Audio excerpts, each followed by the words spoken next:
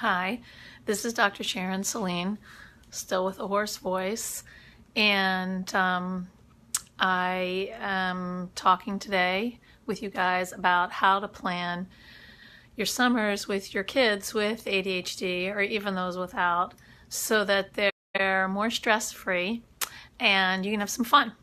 I'm a big proponent of fun, and one of the things that I've noticed about families sometimes is that the summer comes up super fast and all of a sudden it's upon you, and perhaps you haven't really figured out what you're going to do, or you have some loose plans, but nothing's firm, or maybe you have a bunch of things planned, camps, activities, childcare, etc. So what I want to encourage you to do before the summer starts is to start to prepare your kids for the transition from the structure of school to the structure of summer. And I use the word structure pretty specifically because actually I think that unless you continue to maintain the routines that you've established with your kids in some form in the summer, it's a lot harder to transition back when it's time to go to school in the fall. So what I want to encourage you to do is to sit down with yourself first and think about what are some routines that you want to maintain over the summer. I'd encourage you to think about, a regular time to wake up, more or less, a regular time to go to bed, having a purpose to each day. Now, for younger kids who are used to being kind of carted around and sent to activities like camps or play dates, it's a little bit easier. For teenagers, there's going to be a little more bargaining involved. And this will mean that you'll have to really negotiate with them. Okay, well, you can't sleep till noon every day. Some days you have to actually get up earlier to do X. And the question is, what is that X?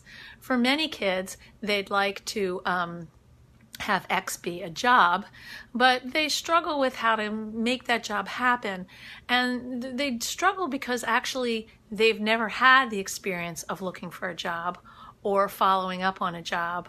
And they're going to need your help, and they're going to need your help every step of the way. How to fill out applications. Maybe they're going to create a little resume of their interests and activities and any kind of previous experience like babysitting. And then really some practice with you, like how do you actually act when you're being interviewed for a job? So these are things to think about.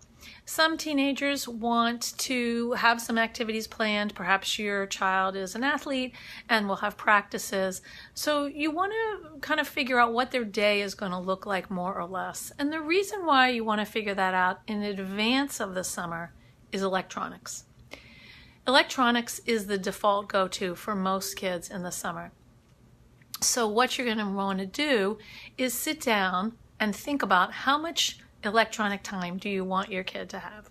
And then you're going to talk with them about that and have them earn extra time as part of their cooperation for various household chores or activities that they're going on with you that they don't want to go on.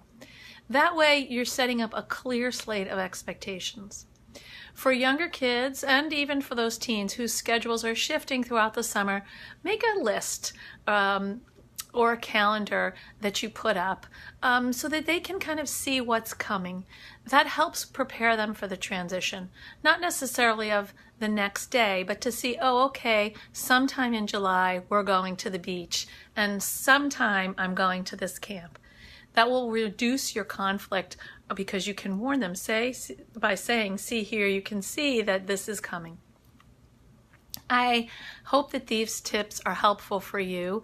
I would like to be able to chat more, but as you can hear, my voice isn't so strong right now. So I'm not going to be able to do the live question and answer today, but I'll be back soon for another live question and answer, and I look forward to connecting with you then.